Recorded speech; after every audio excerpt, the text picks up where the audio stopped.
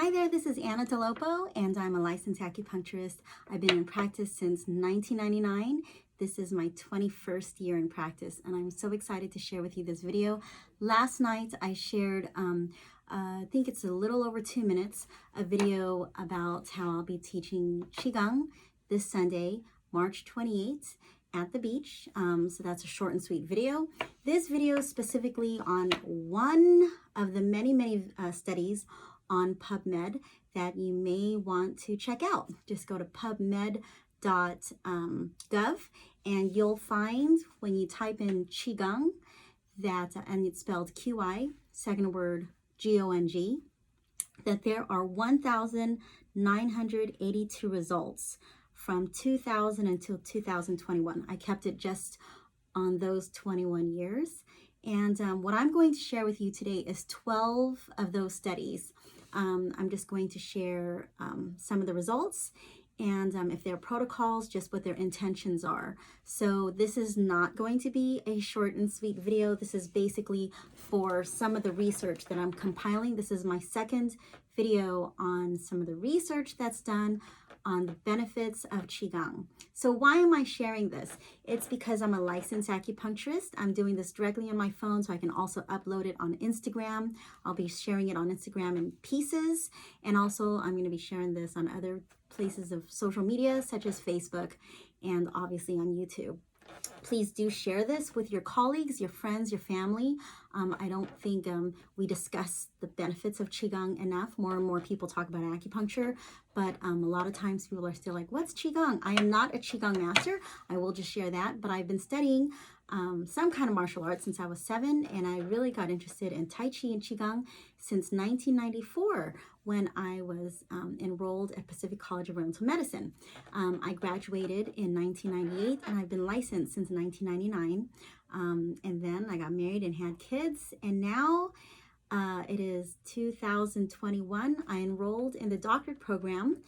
PCOM is now called Pacific College of Health Sciences.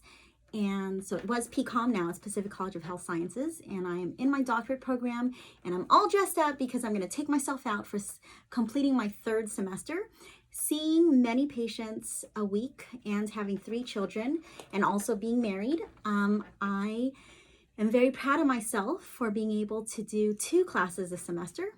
Last semester I did 1, and the one before that I did 1. The reason why I share this is because quite a few of my patients, my clients these days, are fertility clients, and I like to share how sometimes we as women have to make some sacrifices. And for me, the huge sacrifice in order to have children was going for my doctorate. Because when I graduated in 1998, there was no doctorate program, and when there was finally a doctorate program for East Asian or Chinese medicine, I started having children. I got married in 2002, and I had my first child in 2004 when I was 30. I was 30 years old, and then I had my second child at 36 years old, and I had my 3rd child by not trying when I was 43. So I really do believe that acupuncture and Chinese medicine really helps with longevity and keeps you strong. Part of Chinese medicine is Qigong. I'm going to share 12 studies, and I'm going to share one. The first one that I'm going to share is lengthy, but you're going to love this one because this particular study, I'll be sharing this in my new newsletter, which is going to be posted on my website. Ever since COVID started, Facebook has blocked my website, elementsinharmonyacupuncture.com, for whatever reasons, but that doesn't stop me from sharing some valuable information about acupuncture and Chinese medicine. Qigong is part of Chinese medicine. So everything I'm going to be sharing with you is on PubMed. So again, how many studies are there of Qigong on PubMed from 2000 to 2021? 1,982 results. And I'm going to be sharing 12. You may find this interesting. Quite a few of my clients are professionals. Quite a few of our pharmacists, medical doctors, nurses, and a lot of you are professionals, hardworking professionals, and sometimes scientific data does matter. So here you go. I'm adding this to my collection of videos, and it will be listed as one of my videos for Elements in Harmony Acupuncture.com. This one will be entitled Qigong and Research. This is my 126th video. All right, so this is called, I'll be referring a lot to my computer, so don't mind the glasses. Qigong for the prevention, treatment, and rehabilitation of COVID-19 infection in older adults. So I thought this was very, very important, and I'll be listing the citations. The first is Fan Feng, and Sylvie Tuckman, John Denninger, Gregory Fraccioni, and Albert Young. So I apologize if I mess up anyone's names in advance. So let's see, it's on PubMed, and this was published in 2020. So this is going to be the most lengthy of all the studies. I did a 74-minute video on COVID and COVID-19 and people with extra weight, specifically obese patients, obese people. That is on my YouTube channel. I do recommend you watch it. It was a presentation for my doctorate. These presentations are specifically to share research. Okay, so very little of this will be based on my opinions. I've put my opinions in other Qigong videos. This is all based on research that I found on PubMed. So if you are interested in watching my very lengthy video, here you go. The elderly, I'm quoting, the elderly are at risk of contracting respiratory infectious diseases, including COVID-19 infection. The recent pandemic has the potential to cause significant physical and mental damage in older adults. Similarly to the mind-body exercises in traditional Chinese medicine, Qigong features regulation of breath rhythm and pattern, body movement and posture, and meditation. Given these traits, Qigong has the potential to play a role in the prevention, treatment, and rehabilitation of respiratory infections, such as COVID-19. Potential mechanisms of action include stress reduction, emotion regulation, strengthening of respiratory muscles, reduction of inflammation, and enhanced immune function. 3 forms of Qigong: abdominal breathing, Ba Duan Jin, and Lu Zi Jui. I don't know where the accents are, so please pardon my Chinese. All of which are gentle, smooth, and simple for the elderly to practice, are recommended in this context. So when I publish this in my newsletter, I do share on Facebook the picture of the newsletter along with the URL. So even though my website is blocked, you can see the URL and you can visit it. So this will probably be called Elements in Harmony Acupuncture.com/Qigong-research if I haven't already taken that. So this is on PubMed. I saw that there was quite a bit of information. It was just the abstract that was on the PubMed page, but I went directly to the actual study, and it gave the thorough paper article, sciencedirect.com/science, and the rest of this URL will be posted on the newsletter. So this is where it's going to get pretty lengthy, but I think this is very important for this particular video. I'm very excited to share this, so please do watch this if you want to really understand Qigong, okay? Because this is now, this isn't just something you're reading on the internet. This is specifically from websites that a government website is willing to publish. So the question is, can Qigong be used as an intervention to treat respiratory infection, including COVID-19 and the elderly? And what they shared was Qigong may be beneficial for the prevention, treatment, and rehabilitation of respiratory infections, including COVID-19. The elderly in particular could benefit from Qigong during the pandemic, for it is easy to practice. Right there, please share this video with everyone, because this is such critical information. Now in 2021, everyone needs to understand this. I have taught Qigong when we had the lockdown, and I taught here in my office, I taught in my home, and it's, I think 11 videos are posted at elementsinharmonyacupuncture.com. I've kept promoting the Qigong. I've kept saying in my videos that Qigong is very beneficial for increasing lung capacity. And in this video, you will see the scientific data that backs that up. So to continue with that article, with the study, as a mind-body skill, Qigong provides an innovative option for integrative treatment during this outbreak. Remember, this was posted in 2020. Understanding Chi and Qigong. So now you understand why I'm posting this on a video. So this can answer many people's questions. What is Qi and what is Qigong? Qigong is composed of two Chinese characters, Qi and Gong. Qi, here's the answer, everyone, refers to the energy that motivates human life activities.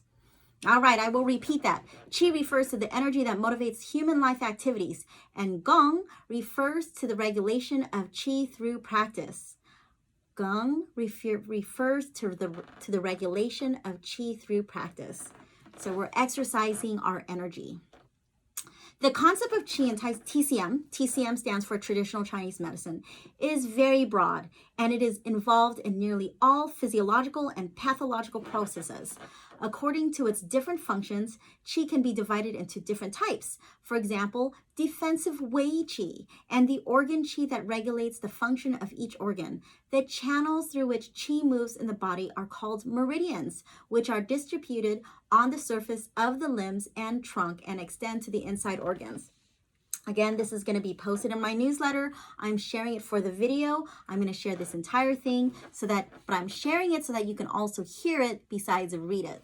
Qigong is a mind-body training skill that can regulate body, breath, and mind under the guidance of theory of TCM to guide Qi operation in the meridian to regulate physical function and to prevent and treat diseases.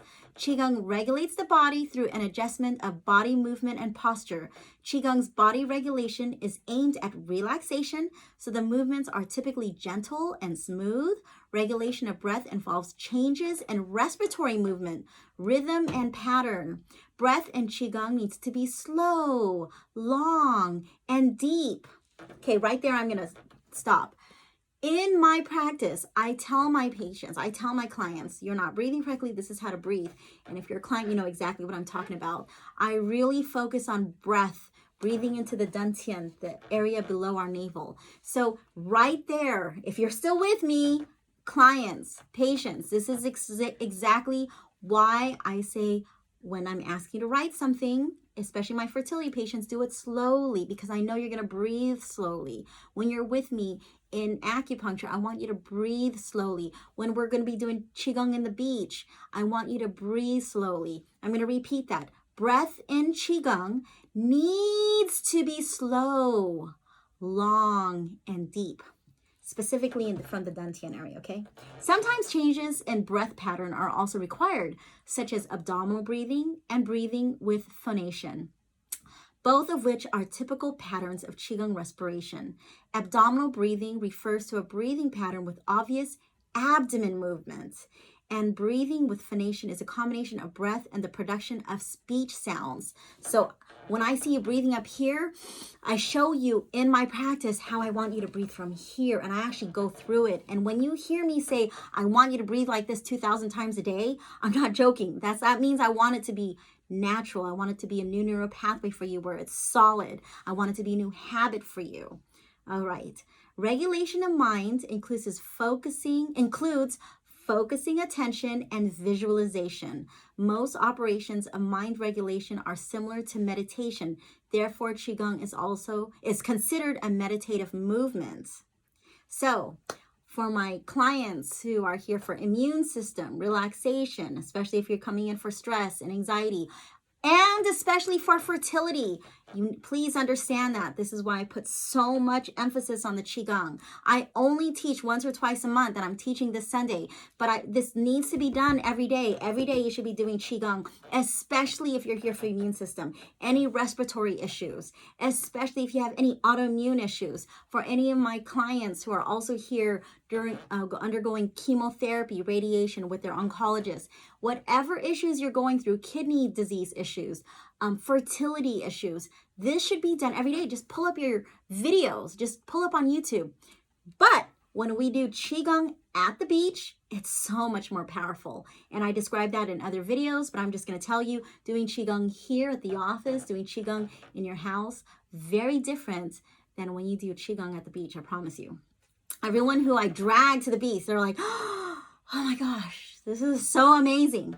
Qigong originated in the primeval time of China as a means of self-care. According to the first historical record in China, Shangshu, 4,000 years ago, ancient Chinese people found that stretching and dancing could release pain. This is the rudiment of Qigong. Almost all religions and philosophical schools, such as Taoism, Buddhism, TCM, and martial arts, have elements of Qigong practice methods with different appellations.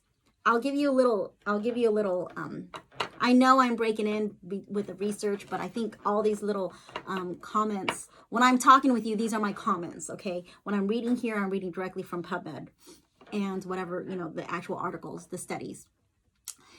When I'm training jiu-jitsu, everything, I always, my coach, Professor Junior Euclides, always talks about how, Anna, you fight so much better when you breathe, because I'm able to see what I'm doing. Instead of reacting, I'm responding. So, all martial arts around the world have somehow, I think this is pretty common knowledge that many of the martial arts have derived from China.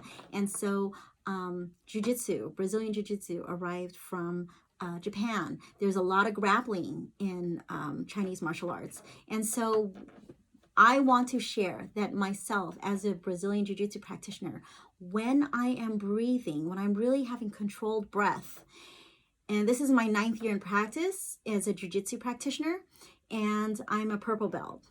Slow process for me. I had my kids in 2004, 2010, and 2017. That third one came when I was a blue belt. I did not plan to. I was 43 years old. He threw a wrench in my world, and I don't regret him at all. But yes, having a third baby at 43 years old as a blue belt really threw me in for a loop. And I realized that as an older woman, being 47 years old, having to fight with these younger people, I see how I'm able to be faster, and I'm able to really harness my power when I breathe. So when I think of jiu-jitsu and when I think of how I do it, and I really implement my Qigong with the jiu-jitsu, it really empowers me. I'm able to respond, not just react as a jiu-jitsu practitioner. So if that's how I am on the mat, imagine when you do Qigong and how it impacts your life. I'm human, so I'm definitely full of flaws. When I get upset, that's when I know I'm not breathing correctly, because I'm not able to stay calm and relaxed. But when I'm able to be calm and relaxed, that's when I respond in life as opposed to react. So just something to share. I love how they share this thing about how different disciplines have elements of Qigong practice methods. In the 1950s, experts and scholars reached a consensus and coined this methodology Qigong. And the first Qigong Institute was established in China in 1954. Getting a little history lesson. Many studies on Qigong have been carried out through modern research methods, including the observation of physiological and psychological changes during or after Qigong practice. So the effects of Qigong are during and after, along with clinical trials of treating various diseases with Qigong. Qigong is particularly appropriate for older people due to its gentle and smooth movements, and there are wide applications of Qigong in geriatric medicine. Geriatric medicine is very important to pay attention to because especially for those of you who are colleagues and you're trying to find yourself as practitioners in the world of Chinese medicine. I started practice in 1999, and two of the clinics that I worked at was at some Samahan Community Medical Clinics, which are FHQCs in San Diego, one in Mira Mesa and one in National City. I was their first licensed acupuncturist. And I share this because my average client, my average patient at that time was in their 70s. I definitely had patients well into their 90s and some into early hundreds. And many patients were in their 50s. So definitely older generation. I was 26 years old, and it was primarily a Filipino based clientele, and many minorities, obviously because they were serving the underprivileged. Saman Community Medical Clinics, as much as I know, it was built in the 1970s by Filipino doctors to serve their Filipino senior citizens, especially for those who could not speak English very well. So why am I sharing this? Because what I find now and what I found then is many seniors are, kind of brushed aside in healthcare, in proper healthcare, and just they still want to be treated with tremendous respect. And I think I really believe that by giving senior citizens the opportunity to learn Qigong, even if it's on YouTube, they can't leave their house for whatever reasons, and they can just empower themselves with a few Qigong movements, just even this, pounding their lungs, and at the actual movements, it can be very, very beneficial to their internal organs. So I just wanted to share that they share this wide applications of Qigong in geriatric medicine, including in the treatment of musculoskeletal disorders, pain relief, and muscle strengthening. As a mind-body skill, Qigong has been found to impact internal and psychosomatic diseases such as asthma, hypertension, peptic ulcers, and diabetes. So I'm going to repeat that because that's so important. This is scientific data, and I think it's very important that it's shared on video. I really, really enjoy this article, this study. Qigong has been found to impact internal and psychosomatic diseases such as asthma, hypertension, peptic ulcers, and diabetes. So if you know anyone with those 4 issues, please share this video with them because they can say, okay, where am I reading this from? I'm reading this directly from pubmed.gov. Qigong is also used as a meditative movement for treating geriatric mental conditions, including mood disorders and cognitive impairment. I will repeat that. So not only is it for those other 4 issues, asthma, hypertension, peptic ulcers, and diabetes, it's also a meditative movement for treating geriatric mental conditions, mood disorders, and cognitive impairment. So do you know anyone who's an old person who is moody and may not be, 100% in their, mental clarity? Something to really consider. So, classification of Qigong. According to different operations, Qigong techniques can be divided in 2 groups: dynamic or active Qigong and passive or meditative Qigong. Dynamic Qigong refers to those techniques that primarily focus on body movements and involve more movements of the whole body or limbs.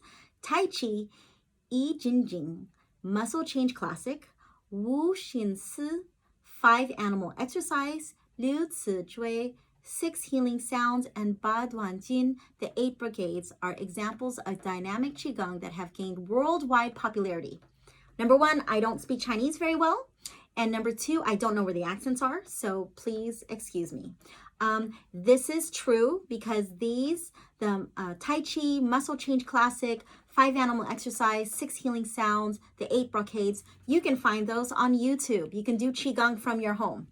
Contrastingly, passive Qigong techniques have almost no body movement, but require maintaining a certain posture and carrying out exercises mainly involving the breath and mind. So what this is saying is, like, in those other In the dynamic Qigong, we're moving. With the passive Qigong, we may be doing something like standing bear meditation, and we're just holding it there, and we're focusing on the breath. So I hope that makes sense. We do a combination of this when we do the Qigong on the beach. Dynamic Qigong is more successful than passive Qigong with regards to physical regulation. Therefore, it can be more effective in treating musculoskeletal and psychosomatic disease. Practitioners who have difficulty focusing their attention can concentrate on movements and actions on dynamic Qigong, which is an easier skill to master. Passive Qigong pays more attention to mind regulation. Attention training is an important and common technique of mind regulation that asks practitioners to focus attention on an object or on the present, which is similar to mindfulness meditation. So what this is basically saying is, whether it's let's say an external martial art and you're punching and kicking, that's going to be easier for most people because you're doing an activity. But sometimes the professor, the sensei, the sifu will have you just stand and meditate or sit and meditate in almost any martial art, as any external martial art or any internal martial art. And it can be very, very difficult. Even in yoga, they say that the most difficult position is the one that you're just lying down, because now you're there with just your mind. So when we're having to meditate and we're being told to slow down our mind, how many of you have a hard time meditating? So that's what this is basically saying. So with practice is the mother of repetition, is the mother of skill. So when you're practicing something over and over and over, it can get much, much easier. So that's basically what it's saying, the difference between dynamic and passive Qigong. According to theory of TCM, through extensive practice of focusing attention, practitioners can enter a state of tranquility. Passive Qigong has few requirements for physical strength, as it can be practiced in any posture without movement. In addition, for those with impaired body movement ability, passive Qigong is a better choice than dynamic Qigong. A study on mindfulness conducted by L.Ac et al. Indicated that prolonged mindfulness practice was associated with an increase in mindful responding, which was in turn associated with increased positive effect and with less perceived stress and negative effects. For those who engage in extensive practice of passive Qigong may be likely to experience better psychological outcomes. So last semester, I did a paper on mindfulness and the powers of mindfulness. And I think, if I'm correct, I'll have to relook at my paper. This was based on scientific data. On PubMed, I think there were like 68,000 something studies on violence. I'm in front of my computer, so I'll just look up really fast since I'm right here. I'll just look up violence in PubMed. And I will do it from 2000 until 2021, okay? So just to tell you how many studies, well, this is going to 1998. It's so, okay, here. 2000, oh my gosh, there's so much more. 2000 to 2021, 91,259 results on PubMed. Now, I'm going to look up meditation on PubMed, and 7,613 studies. Does that tell you something? So my paper was based on that. I believe I got a 96% in that class. I share that because I put so much work. I put a lot of work into that paper. And what I found, and I think I shared 10 or 11 studies. It was a 10-page paper, and I can't share 7,000 something studies. What I shared was all of those 10 or 11 studies that I presented in my paper had positive results. All of them. There were you can't have negative, there are no negative side effects that I found in any study regarding meditation. So something to consider. If you would like a copy of my paper, feel free to reach me, elementsinharmonyacupuncture.com, and I may post it on my website. How Qigong, thank you for staying with me. I'm trying to keep this as alive as possible. I do want this in my repertoire of videos so I can finally say I have a research video. other research video was much shorter. This one's going to be much longer, and I'm going to add in the future more studies for Qigong for those of you who are interested, but I definitely just wanted in my repertoire.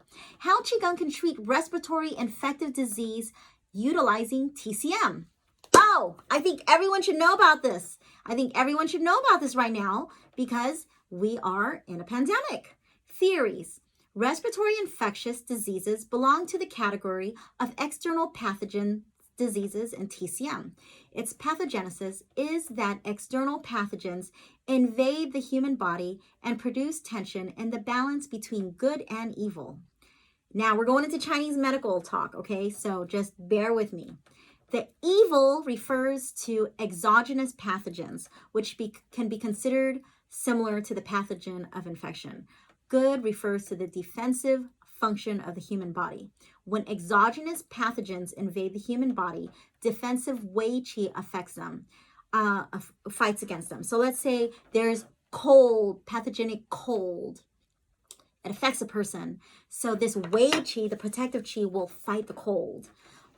If the Wei Qi, and if a person, if the protective Qi it's the most superficial part of the body, if it's not strong enough, the cold will affect the person. If there's intense heat and the heat, this pathogenic, evil Qi, this heat affects the Wei Qi. The Wei Qi's too weak to fight off the heat, then the heat, that exogenous pattern that exogenous evil factor will implement itself into the body. So I'm just keeping it very, very simple. Wind is an external pathogenic factor. And so you might call something wind heat or wind cold. So those are just examples, okay? And I'm not going to go too deep into that. That's just what we mean about exogenous factors. Wei Qi is what we call the basic, the most superficial immune system of the body. All right. It can be considered that Wei Qi represents immune function from the perspective of modern medicine. The relationship between Wei Qi and exogenous pathogens determines whether the disease will develop the prognosis of the disease.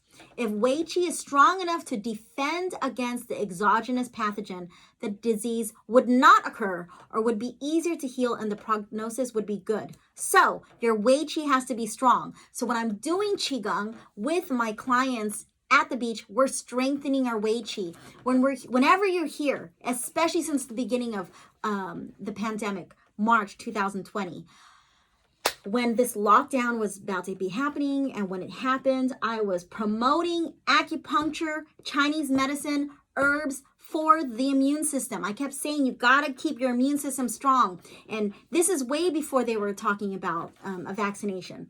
And this is way before they were saying, the vaccination will come out. If you go to my office, right when you walk in, it says powerfully strengthen your immune system here. That's your Wei Qi. That's your Wei Qi.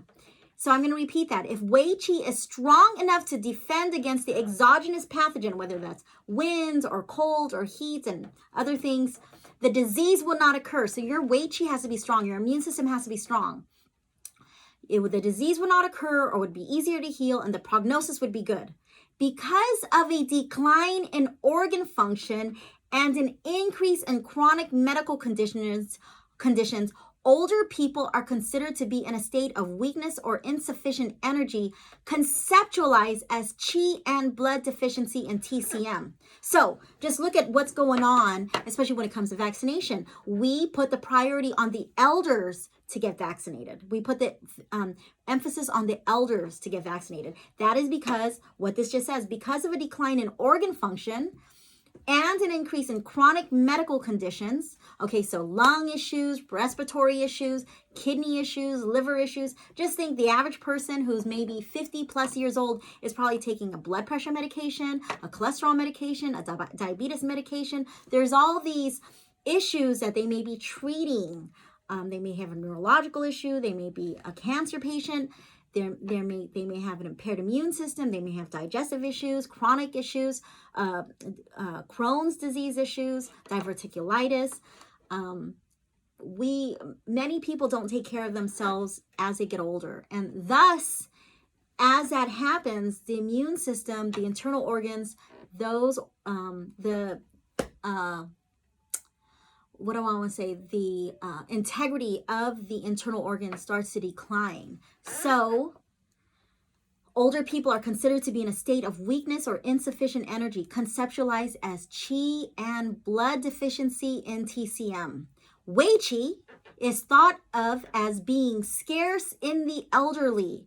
So when you see an old person at the park doing Tai Chi and Qigong, more than likely it is because they want, if you see these old men and old women going down so slowly, so gracefully, and they're bending their knees and they're making movements and they're able to come back so fluidly, that means their joints are on par.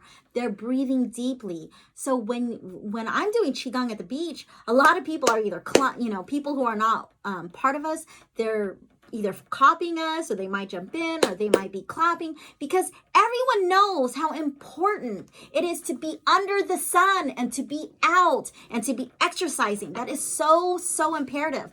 That's why I did those videos, and they're still on my website at elementsandharmonyacupuncture.com. I kept promoting it, and despite the lockdown, I kept promoting it. It was not healthy for us to be at home and stay sedentary. I understand that there was a lockdown and we had to be at home, but you can't have just sat there watching TV and getting fat. You had to exercise, all right? So that's very important, and this is sharing why Qigong is so important and how it's very beneficial.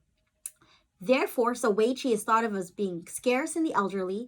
Therefore, according to theories of TCM, when encountering infectious diseases such as COVID-19, the elderly are more likely to be affected, and infections are more likely to develop into severe diseases with poor prognoses.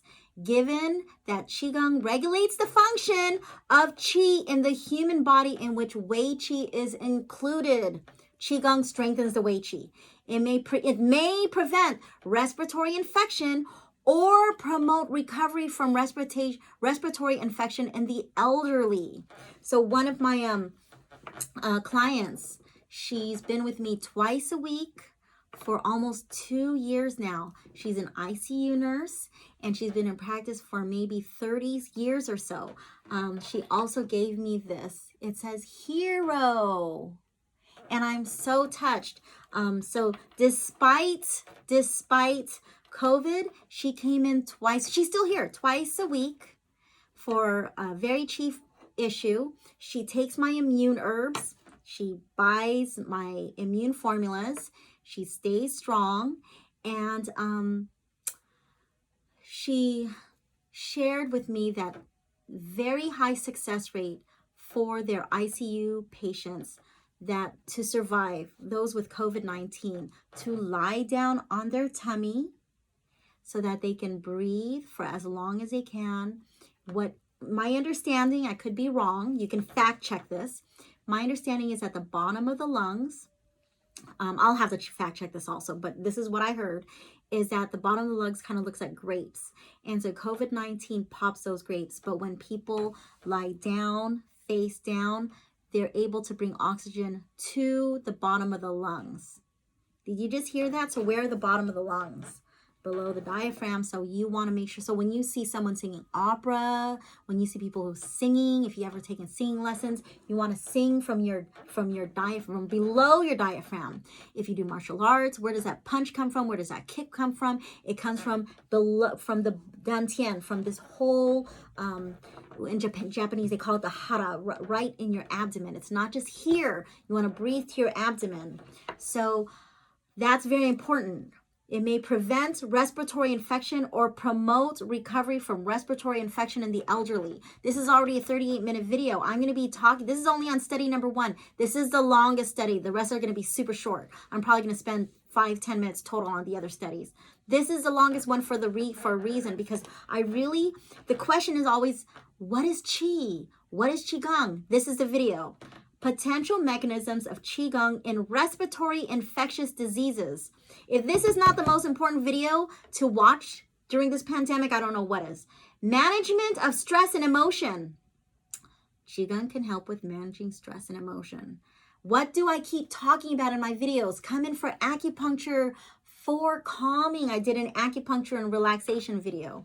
I even shared some videos with my dog, Bishop, receiving acupuncture. Outbreaks and illness are a sort of stress, and stress reactions or emotional problems can occur in hospital inpatients, people in isolation, and those in the general population. Benson et al. That's an inline citation. Observed physiological changes during meditation and found that meditation can counteract stress response. Something that I keep saying, immune system high, stress low. Immune system high, stress low. Benson coined the physiological change elicited by meditation a relaxation response. So when you meditate, you're able to relax. As a meditative movement, Qigong has been studied as a tool for stress management. Ryu et al. Observed changes in stress hormones during Qigong practice. So when you're doing Qigong, your stress hormones go down, and found that beta endorphins increase in the middle of training while levels of adrenocorticotropic hormone declined mid and post practice, suggesting decreased stress levels. So every time we do Qigong at the beach, and I teach once or twice a month, everyone else says, oh my God, that was so relaxing, because we're under the sun. We're listening to the ocean. We're looking at the ocean. We're breathing. We're deep breathing. We're sharing in this relaxation. Everyone's 6 or more feet apart. You can be as far away from each other as you want. You can wear a mask if you want. If you don't want to, we're outside. You can do whatever you want. The beaches are open. Come join me. It has been suggested that Qigong regulates emotion through enhancing non-reactivity to aversive thoughts and impulses by focusing attention, regulating the hypothalamus pituitary adrenal axis reactivity and the balance of the autonomic nervous system, and through changing the function of the brain, limbic system, and expression of genes linked to inflammatory responses and stress-related pathways. Oh my gosh, that's so important. I'm going to repeat this slowly. This part is so important. This is by Ryu et al. Observed changes in stress hormones during Qigong practice and found that beta endorphins increased in the middle of training while levels of adrenocorticotropic hormone declined mid and post practice, suggesting decreased stress levels. It has been suggested that Qigong regulates emotion through enhancing non-reactivity to aversive thoughts and impulses by focusing attention, regulating the hypothalamus pituitary adrenal axis reactivity and the balance of autonomic nervous system, and through changing the function of the brain, limbic system, and expression of genes linked to inflammatory responses and stress-related pathways.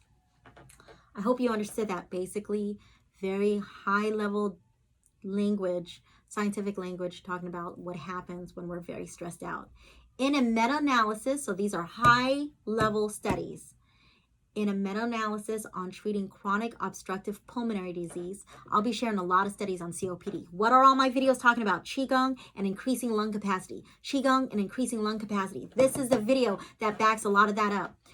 With Qigong, Wu et al. Reported that Qigong alleviated depression and anxiety among patients with COPD. If you know anyone with respiratory issues, this is the video to share with them.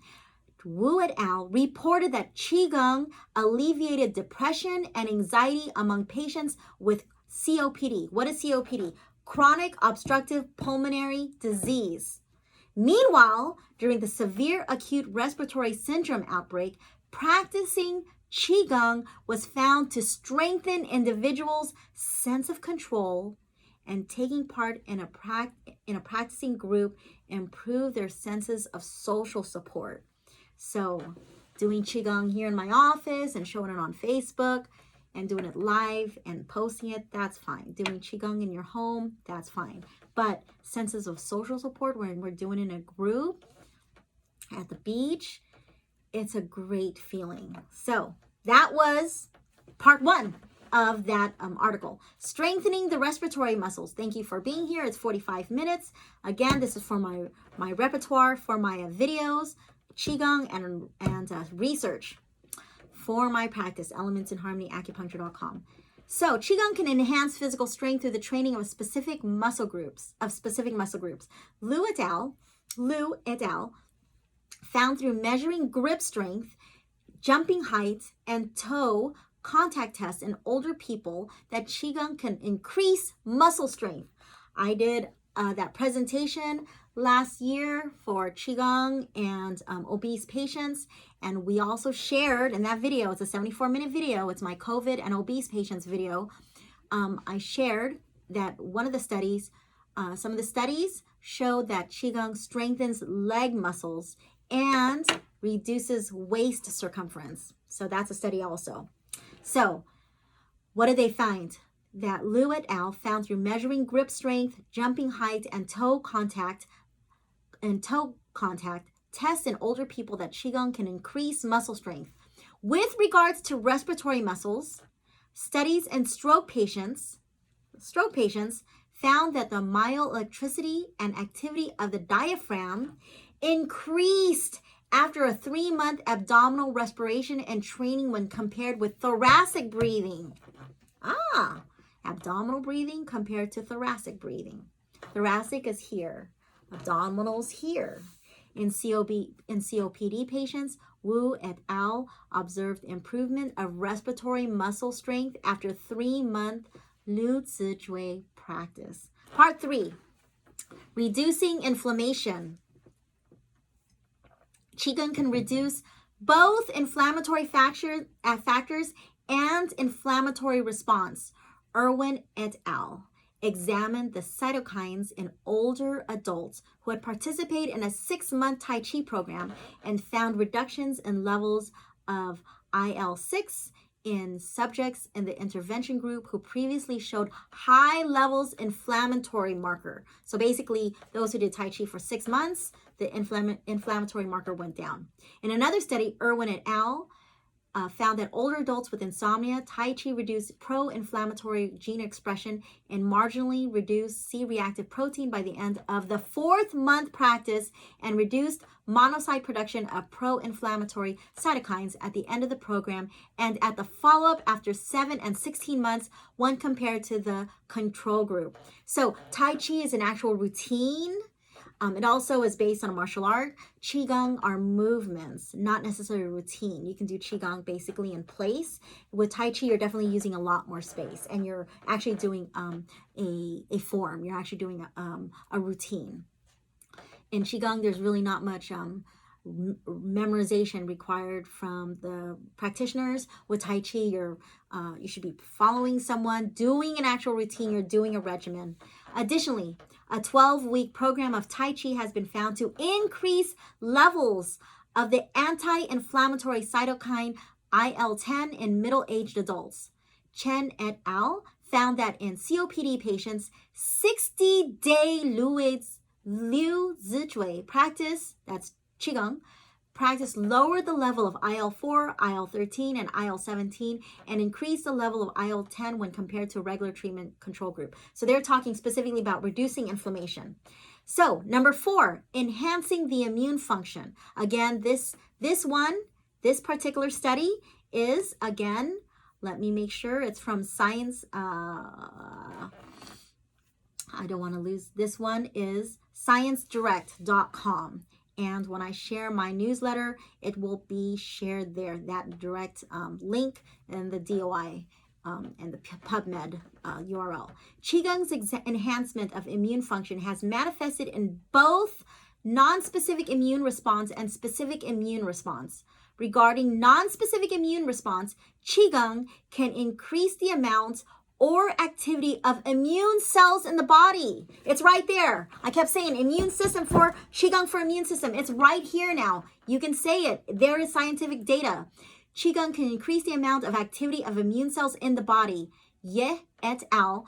Found that in middle-aged healthy people, I'm 47, so, 45 and older, we're usually considered middle-aged. After a 12-week program of Tai Chi practice, there was a significant increase in the ratio of T helper to suppressor cells, CD4, CD8, CD4, CD25, regulatory T cells. and the production of the regulatory T cell mediators transforming growth factor. B. Chu et al. Studied a sample of elderly people using Badwa Jin, that's the 8 brigades, and found CD4, CD8, and NK cell percentage increase after a 24-week program when compared to a control group who received health education without exercise. So we're talking about the immune system here, okay? Yu et al. Observed the effect of Wu Qinci on NK cell activity in elderly adults tested by lactate dehydrogenase release assay and found that the activities of NK cells increased after practicing for half a year when compared with the blank control group. So these are high-level studies showing what Qigong, Tai Chi, can do for the immune system. Study results indicated that Wu Qinci is a moderate intensity exercise for older people. According to Neiman, moderate exercise can lower the risk of respiratory tract infection, and heavy exercise can increase the risk of infection. The effect of Qigong on specific immune response can be observed in the increase of immune cells and immunoglobulin.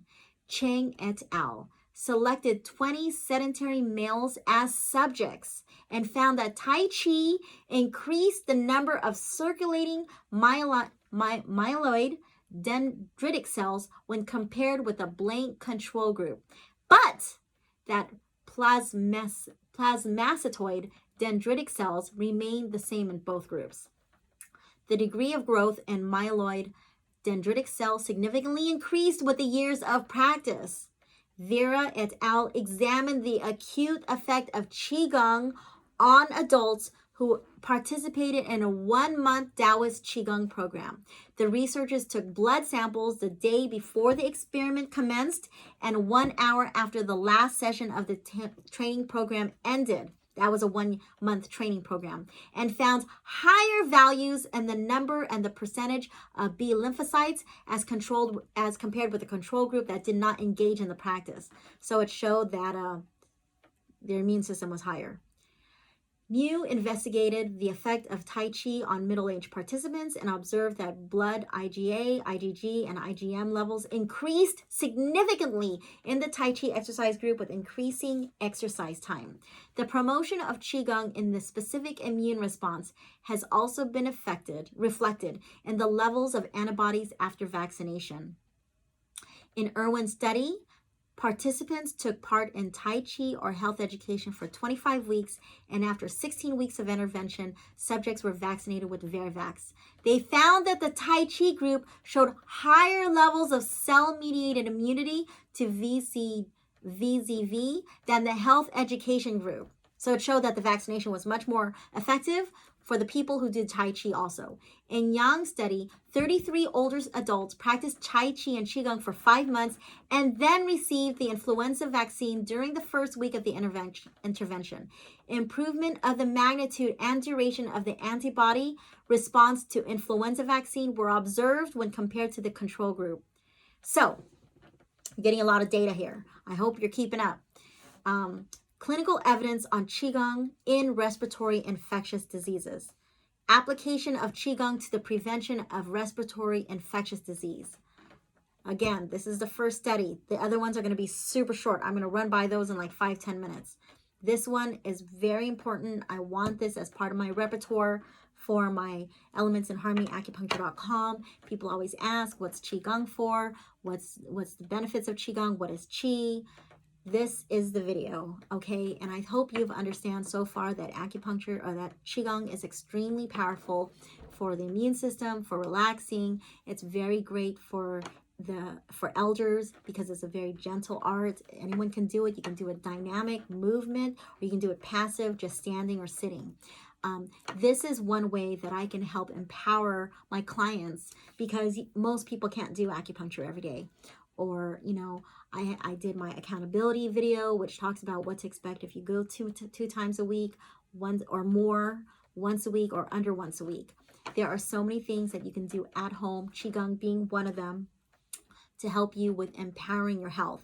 Everyone's in charge of their health. I'm not in charge of your health. Your doctor's not in charge of your health. We are here to guide you. But this is one thing that you can do and not hurt yourself, ideally. And it's free. You can go on YouTube. You can go on my website, elementsinharmonyacupuncture.com. If you're a member, you can come to the beach. It's $10. If you're not a member, it's $30. It only costs $25 to be an annual member. So it's relatively cheap. If you have absolutely no money and you have a phone, you have YouTube, you can go online. So I hope that you're getting some information. You don't have to worry anymore. Is Qigong valid? Yes, it's valid. There's thousands of studies on PubMed that I hope shows, valid high-level studies that show the validity of Qigong. Some studies have demonstrated the effectiveness of Qigong in preventing respiratory infectious diseases. Hu et al. Selected elderly men as experimental subjects and randomly divided participants into either a Qigong intervention group or a control group who performed jogging.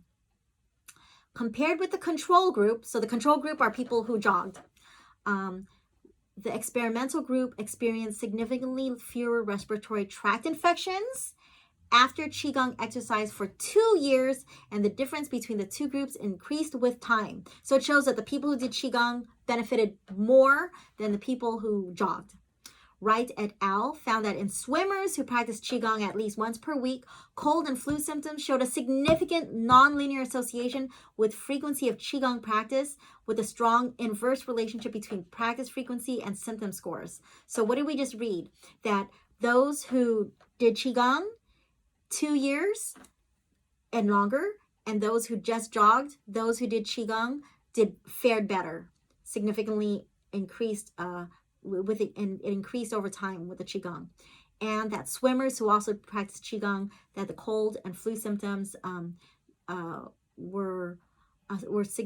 showed a significant nonlinear association with, basically they had a stronger immune system. I know I have patients, I have clients who've been swimmers throughout their entire lives, especially in high school, especially as competitive swimmers. And something that they shared is that before they started doing acupuncture, they would get colds a lot. But then when they started doing acupuncture, their immune system increased significantly. Well, Qigong and Tai Chi, but especially I'm talking here about Qigong, will help you tremendously if you're constantly in the pool. Use of Qigong in treating respiratory infectious diseases. There are few studies on the intervention of Qigong in the acute phase of respiratory infection, but according to the limited research results, Qigong can be found to shorten the course of infection. Oh my gosh, we're learning so much right now just from this one article. Qigong can be found to shorten the course of infection. In Thai study, 90 female healthy students were separated into 3 groups, a control group, a 3 times a week movement group, and a 5 times a week movement group after a 6-month Tai Chi training. In the 2 Tai Chi groups, the levels of IgA and IgG became higher as compared with the control group. There was no difference in the frequency of respiratory tract infection in the 3 groups. However, the duration of the onset became shorter in the Tai Chi group. So basically saying that those who did Tai Chi, they healed faster from respiratory issues. Application of Qigong to rehabilitation in the respiratory infectious diseases. So this is part 3 of this section. Severe respiratory infections can cause reduced respiratory function and require rehabilitation. Although research on the application of Qigong in the rehabilitation of respiratory infections is limited, researchers have found that Qigong can promote the rehabilitation of other respiratory diseases which cause impaired respiratory function. Tong's meta-analysis on 10 studies examined 993 participants who were in the stable stage of COPD infection. Results indicating that Qigong can improve lung function in COPD patients, including forced expiratory volume in 1S, forced vital capacity rate of 1S. I'm going to leave out a lot of scientific jargon, okay? It's going to be in the newsletter I'm going to be presenting, publishing, and forced expiratory volume in 1S. Additionally, results show that it can improve exercise capacity, functional task evaluation, COPD assessment test for exercise and increase the score of short form 36 health quality survey, which indicates improvement in quality of life. The researchers analyzed the function of Badua Jin, Yi Jing, and Lu Zichui, respectively, 3 types of Qigong, and found the first 2 resulted in significant improvement. That would be the 8 brocade, the Baduan Jin, and Yi Jing, and that Lu Zichui did not have significant effect. However, other studies have shown that Lu Zichui to be effective in the rehabilitation of COPD studies. A study by Li et al. Indicated that COPD patients' function improved significantly with Lu Zichui practice, as did the 6-minute walking test, 30-second sit-to-stand test, and St. George's Respiratory Questionnaire score. So multiple methods of recording, quantifying their improvement. Chen observed that in chronic bronchitis, patients who practice Badua Jin, hospital stays decreased. So people who practice this type of 8 brocade, this type of Badua Jin Qigong, their stay at the hospital was shorter than others. And lung function and arterial blood gas analysis improved when compared with the control group who received regular treatment. So Qigong definitely helped with best practices, with just standard medical practice. How to learn and practice Qigong? Well, you can come with me to the beach, March 28th. I teach once or twice a month, super cheap, $10. If you're a member, $30. If you're not a member, if you're an Anne's Happy Club member, it's free. So you can enroll at elementsandharmonyacupuncture.com/happy club. So doing it at the beach is fun. Some simple Qigong can be learned independently through watching Qigong videos. You can just go on YouTube. You can go to elementsandharmonyacupuncture.com. I've posted a few. They're kind of funny. Before learning Qigong, consulting with doctors is necessary for safety reasons. Learners can begin with physical movements of the forms. After practitioners acquire the sequences of both isometric and isotonic segmental movements in upper and lower extremities, they can try to combine breathing techniques and focus their attention on the movement, breath, and qi. Tips for practice. Practice environment. Qigong can be practiced both indoors and outdoors, though indoor practice is more appropriate during an epidemic of infectious disease. So if you don't want to leave your house, you can stay inside. My opinion, being under the sun is very powerful. That's my opinion. The practice environment should be clean and quiet for breathing exercises and concentration. I have done Qigong in many places. I'm going to give my opinion that doing it on the beach, staring to the ocean, apart from other people, is one of the most powerful things that you can do. Practice space needs to be chosen according to the type of Qigong being practiced. If you notice, especially for the 8 brocades, you'll see that some of them are doing it in a park. They're doing it outside. Rarely are the videos done inside. Sometimes I see some Qigong videos are done inside, but some Qigong masters, especially some of my favorite ones, are doing it outside, especially with the beautiful ocean in the back. For patients with fall risks, an instructor who is experienced in working with elderly people may be necessary. Practice time. Qigong practicing needs to be persistent. Fixed time can help in forming a habit. So in the morning, hey, you have 5 minutes. If you don't have 5 minutes for Qigong, your life is too busy. You need to do Qigong, try 5 minutes a day. Try 5 minutes, extend it to 10 minutes, do it to 30 minutes. If that's 5 minutes here, 5 minutes there, 5 minutes here. If you are coming in for an immune system, autoimmune issues, if you are a cancer patient going through cancer and you're seeing an oncologist and you're using this to help with whatever side effects from the chemotherapy, the radiation, you need to be doing Qigong. If you are a fertility patient, you gotta be doing Qigong every day. Do not tell me you do not have time. If you don't have time to do Qigong, you don't have time to have a baby. You need to do Qigong. It will help you get pregnant, IUI, IVF, natural. It will increase your chances, in my opinion, to carry to full term. I'm very heartbroken if and when miscarriages happen. I don't want to just get you pregnant. I want to make sure that you can carry to full term. Please don't be in a rush. Do the writing that I ask you to do the meditation, and please do the Qigong, and follow my treatment protocol for fertility. Being either too hungry or too full is not suitable for practice. Intensity. Attention needs to be paid to personal condition at each practice on which intensity should depend. So, do what you can physically and emotionally handle. As mentioned above, moderate exercise is the best option for respiratory infection patients. However, what can be considered moderate exercise differs between individuals. Thus, the increase in heart rate can be an indicator of intensity. Increasing heart rate by 60 to 80% is recommended. Recommended forms of Qigong. Considering the physiological characteristics of the elderly, the pathological features of respiratory diseases, and the psychosocial factors in the face of the COVID-19 epidemic, we recommend Ba Duan Jin, Lu Zijue, and abdominal breathing. According to the research results mentioned above, these three kinds of Qigong are often used in the prevention and treatment of respiratory infections. For the movement is smooth with low intensity and easy to learn.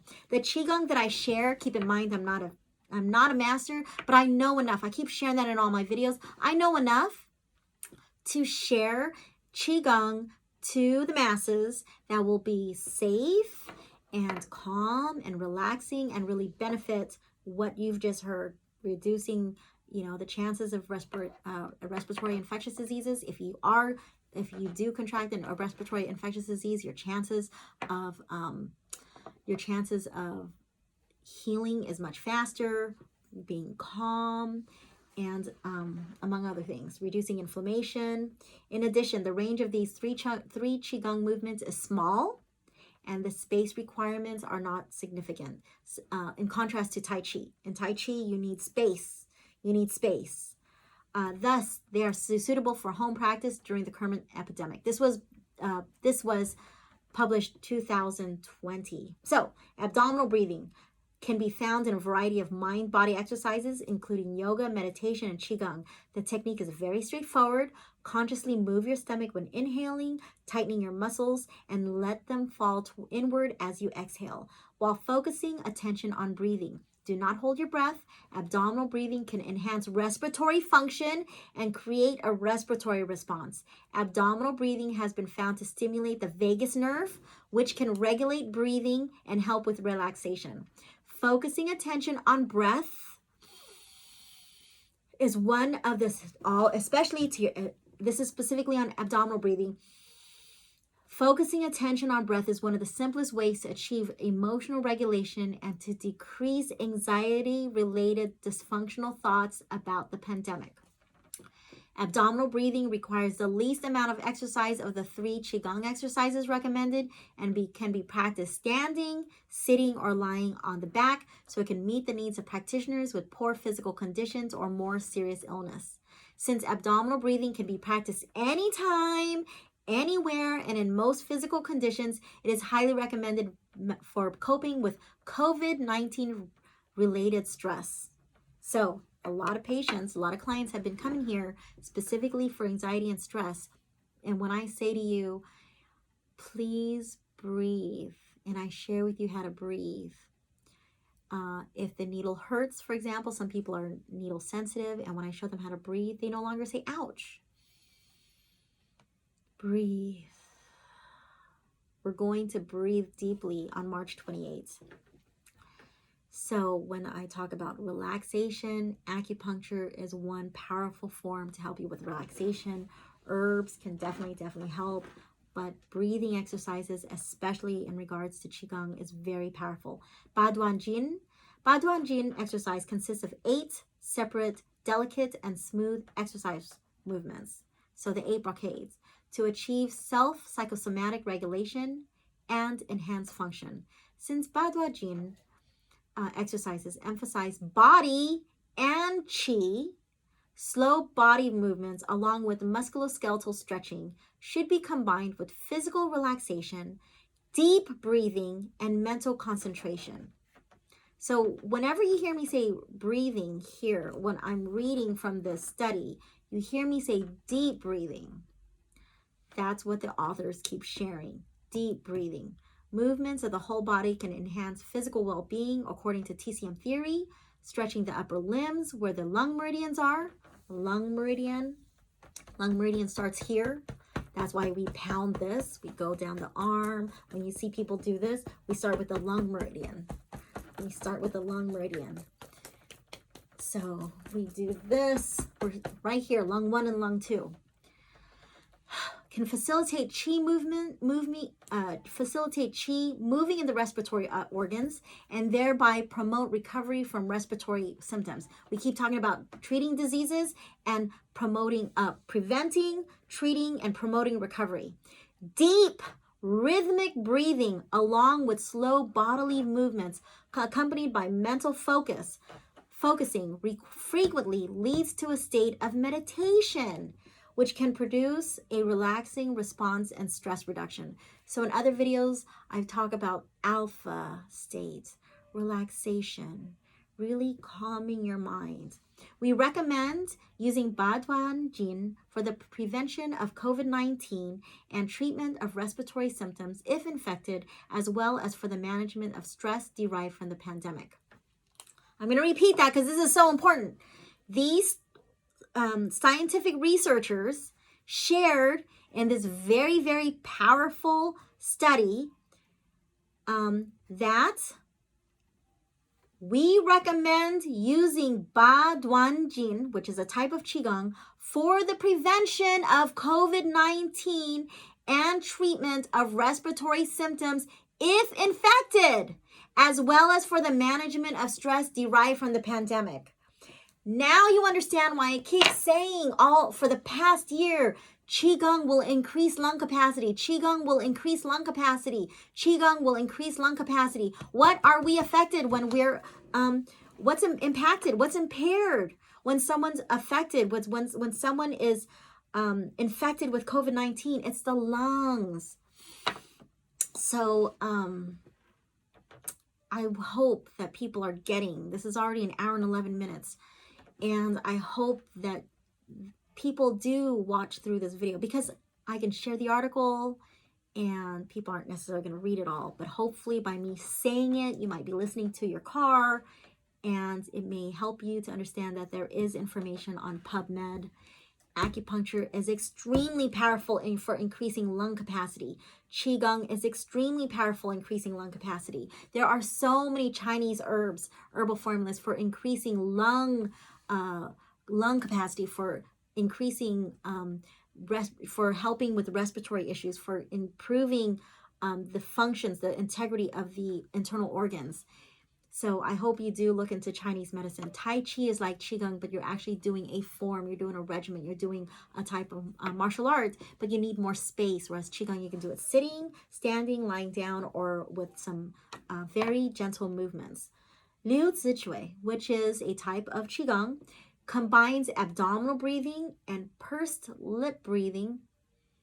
So it's kind of pursed with uttering 6 different sounds, along with corresponding mind-body movements and a calm state of mind. This exercise is easy to learn and can be performed in any position, including standing, which is preferred, sitting or lying down, since the exercise mainly involves mid-upper body movements.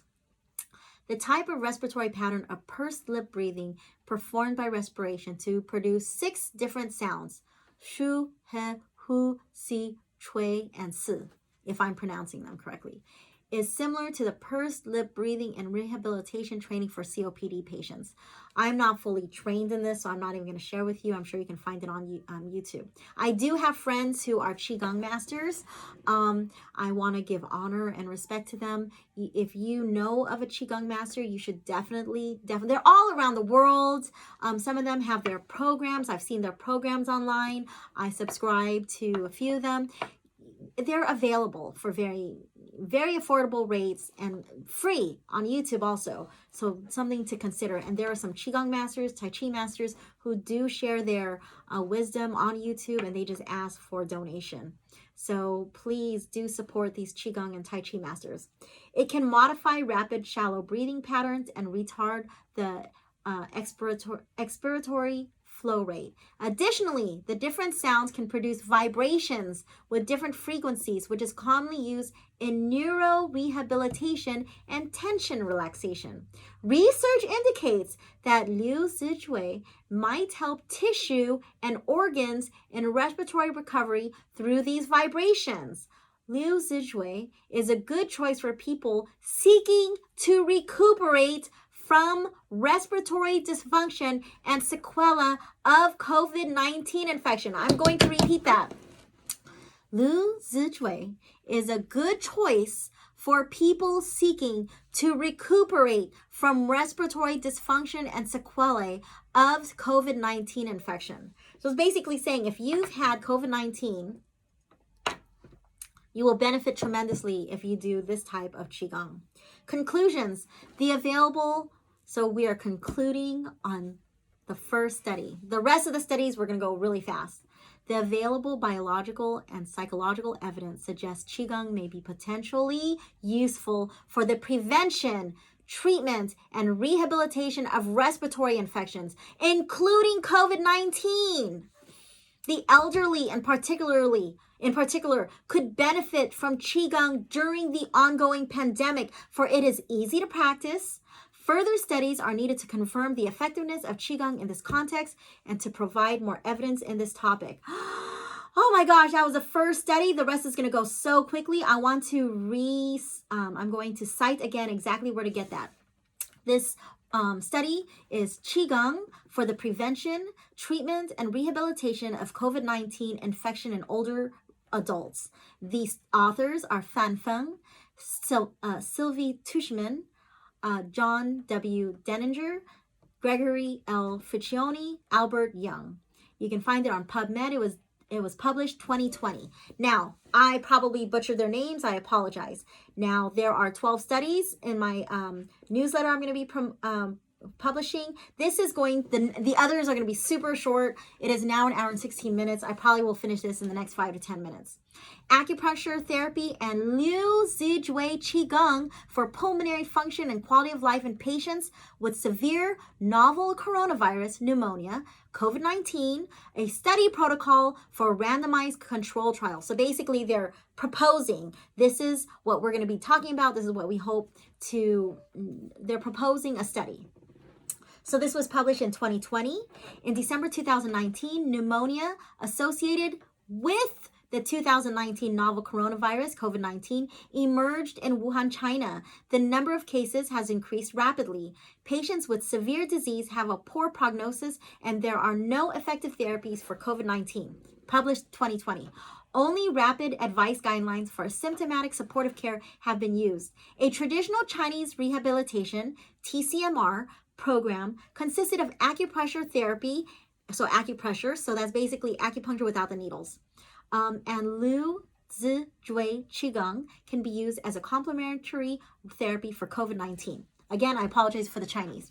Hence, we designed a randomized trial to evaluate the efficacy and advantages of TCMR for treating patients with severe COVID-19. I'm not going to read the whole thing. I'm just reading elements of these protocols, okay? This trial will provide high quality evidence of the value of TCMR, which consists of acupressure therapy and Liu Zijue Qigong exercises for treating patients with severe COVID-19. You need to ask yourself, why is Qigong and COVID-19 being studied? That's for you to contemplate. I want you to ponder that. So now the third study. I told you the rest is going to be super fast. The effect of Qigong, these are all on PubMed. All you have to do is look up Qigong. The effect of Qigong for pulmonary function and quality of life in patients with COVID-19, a protocol for systematic review and meta-analysis. So when you hear the terms systematic review, meta-analysis, what you're basically hearing is these are high-level quality studies, okay? So they really want to show that these are valid studies, high-quality studies. These are not just online random websites that I went to. I went to pubmed.gov. All right, so the authors' names, Jing Peng, Jimin Wu, Hongling Zhong, Ya Ying Zhou, Li Wang, Yu Wang, Wei Liu, Ya Liu, Ling Lin Zhang. And I don't know where the accents are, and I'm sorry for butchering those. This was published in 2020. Again, this is a recommended, they're proposing a study. So this proposal was published last year, 2020. Qigong is a traditional Chinese exercise method for healthcare, keeping fit, and getting rid of disease. Healthcare, keeping fit, and getting rid of disease. So if you're my acupuncture client here, you can be empowering yourself at home. It has the advantages of simple operation and few side effects. I don't know what side effects they are. I'd have to do another video on that. So far, as far as I know, Qigong is super safe.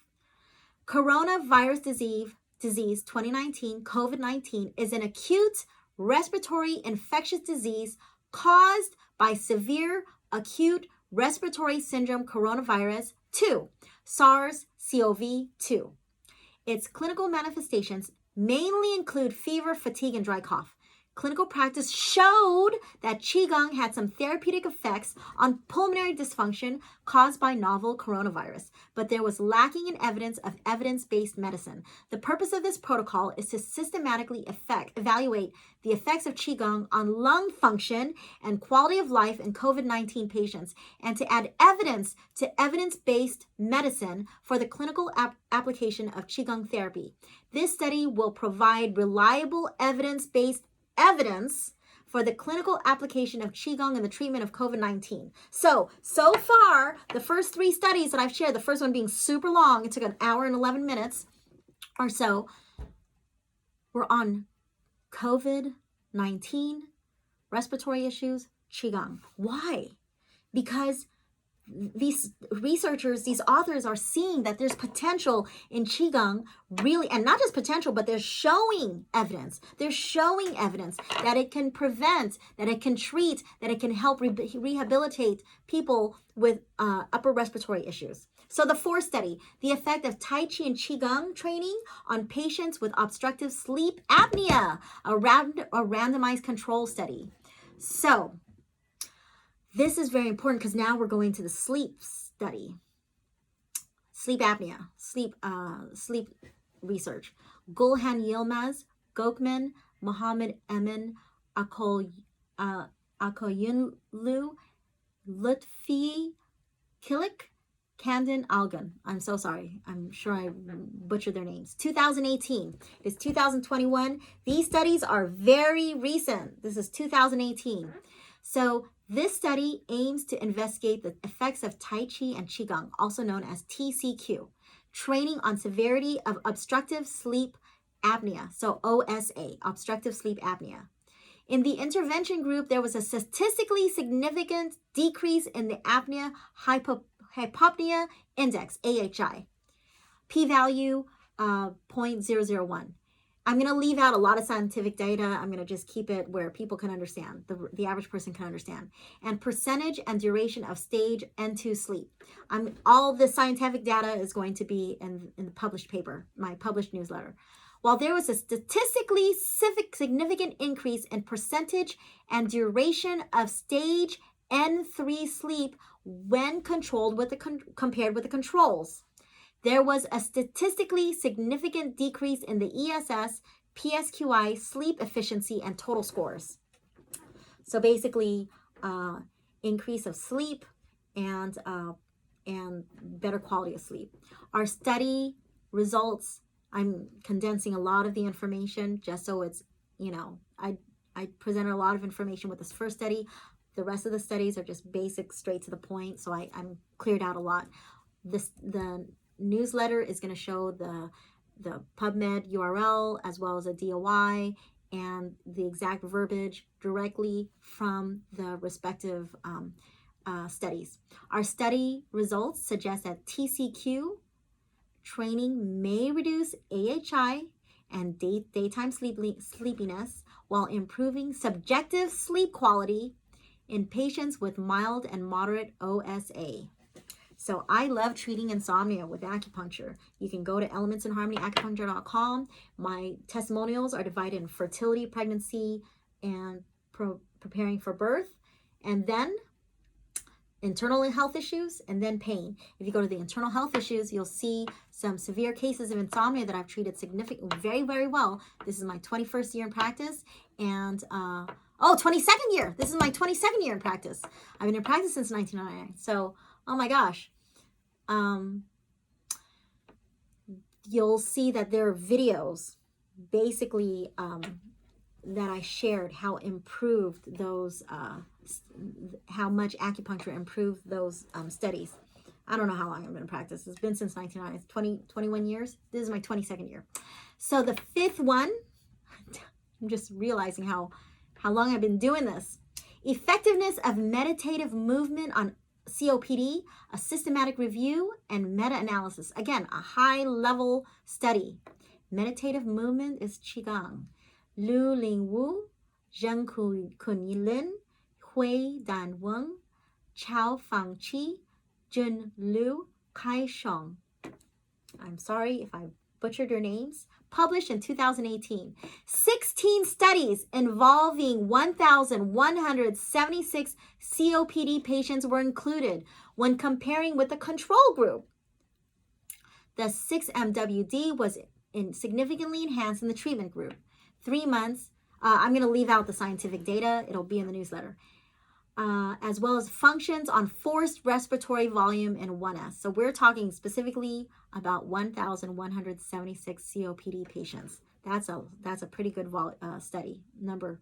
Quality of life for the group doing meditative movement was better than the control group. Quality of life was better based on the chronic respiratory disease questionnaire, dyspnea score, and fatigue score, and the total score. So something in scientific research is we want to make sure that the evidence provided is quantifiable evidence, not just subjective findings. Meditative movement may have the potential to enhance lung function and physical activity in COPD patients. So do you see how many studies are done on COPD patients? Go back to my videos, and I keep saying Qigong will increase lung capacity. Qigong will increase lung capacity. Qigong increases lung capacity. That's what I want you to hear. So when you hear me promoting that I teach Qigong once or twice a month, I really should be teaching it every day. We need to be doing Qigong every day, every day, every day. All right. Effectiveness of Tai Chi and Qigong on chronic obstructive pulmonary disease. Another systematic review and meta-analysis. Meng Ding, Wei Zhang, Kejian Li, Shanghai Chen, 2013. The purpose of this study is to determine the effects of Chinese traditional exercises, such as Tai Chi and Qigong, also known as TCQ, on patients with chronic obstructive pulmonary disease, COPD. So you have to ask yourself, why are there so many studies on this Qigong, on meditative movement and deep breathing, on breathing issues, on respiratory issues? Researchers are very interested. This meta-analysis, again, high-level study, demonstrated that compared with no exercise, TCQ had significant effects on 6-minute walk distance, forced respiratory volume in 1 second, predicted FEV1 percentage, and St. George's Respiratory Questionnaire score. In conclusion, TCQ might be beneficial with respect to physical performance, lung function, remission of dyspnea, and quality of life in patients with COPD. So that's another great study. Again, these other studies after the first one, I'm just going to fly through them. I'm not going to give all the information. You can go to the respective URLs. So the next study, effectiveness of a Tai Chi Qigong program in promoting health-related quality of life and perceived social support as in a group setting in chronic obstructive pulmonary disease clients. Another COPD study. This one was published in 2010, 11 years ago. The authors, Eileen W.K. Chan, Albert Lee, Lorna K.P. Swen, Wilson W.S. Tam. That was easier, those names. This paper evaluates the effectiveness of a 3-month Tai Chi Qigong program, TCQ, in promoting the psychosocial functional health of clients with chronic obstructive pulmonary disease, COPD, in Hong Kong. The TCQ group shows greater movements in the symptom and activity domains. I'm going to leave out the scientific data. It's a lot of information.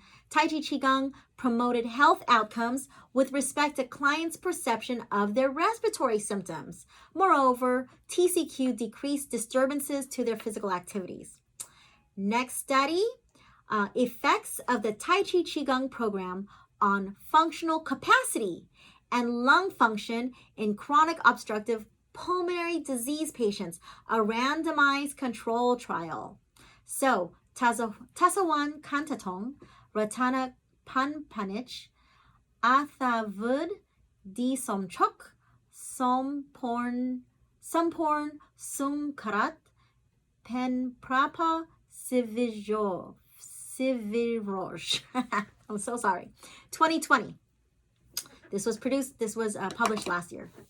The TCQ group demonstrated significant improvement in functional capacity at week 12 and 24 with a p-value of under 0.05 and dyspnea score and quality of life at week 6, 12, and 24 when compared to baseline. Functional capacity, forced expiratory volume in first, second, dyspnea score, and quality of life were significantly better in the TCQ group from week 6 to week 24 when compared to the control group with a p-value of under 0.05. Combined center and home-based TCQ training for patients with mildly and moderately severe COPD is effective in improving functional capacity, dyspnea score, and quality of life. Again, how many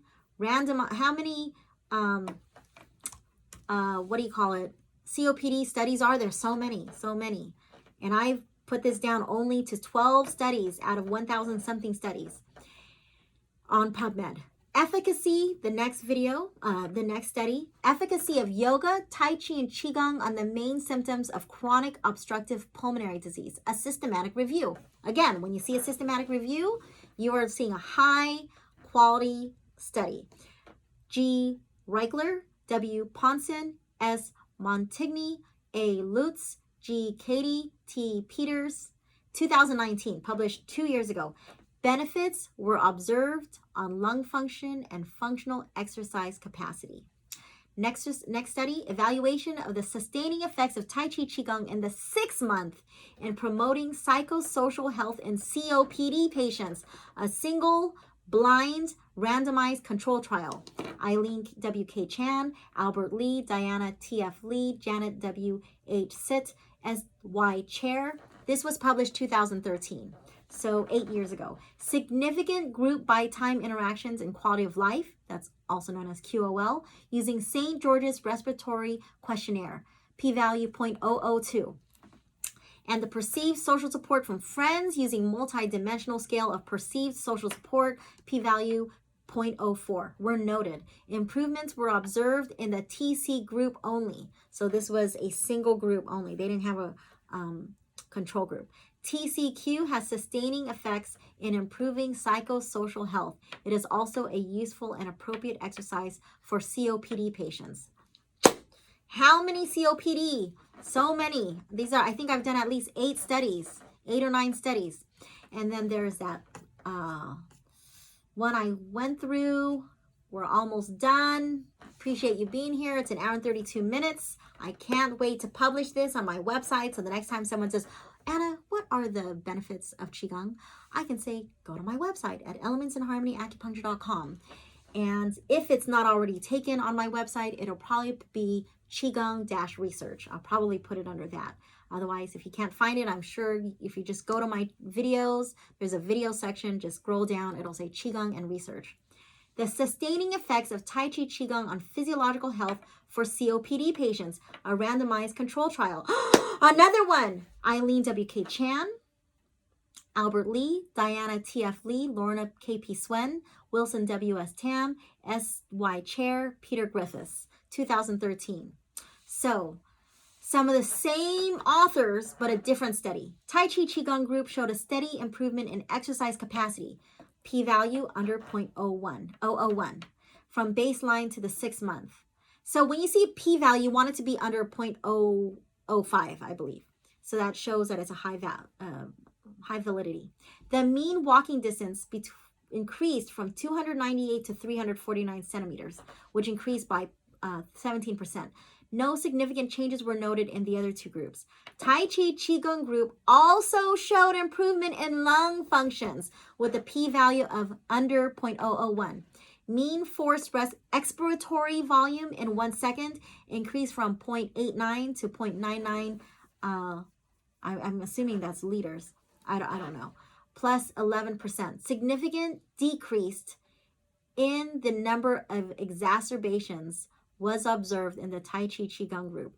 Tai Chi Qigong has sustaining effects in improving the physiological health and is useful and appropriate exercise for COPD patients.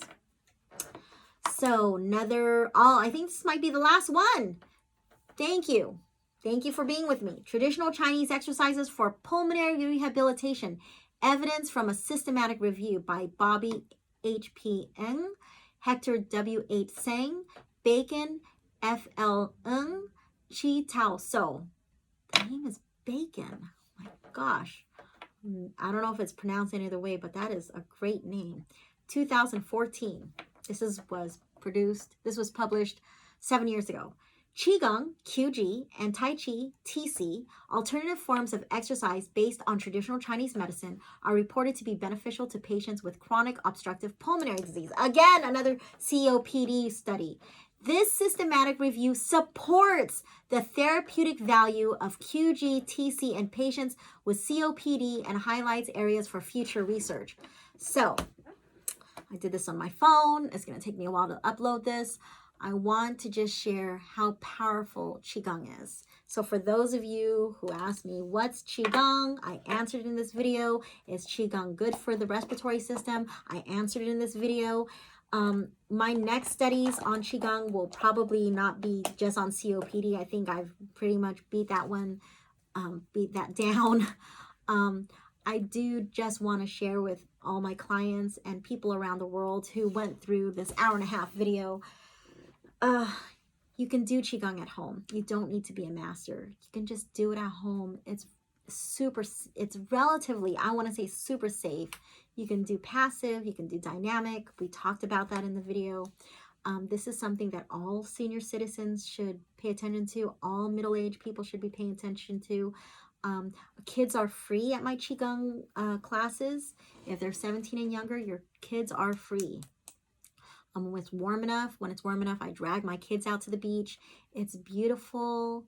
It's going to be so much fun, and I hope you do join us March 28th. I teach once or twice a month. Please go to elementsandharmonyacupuncture.com. There's information there.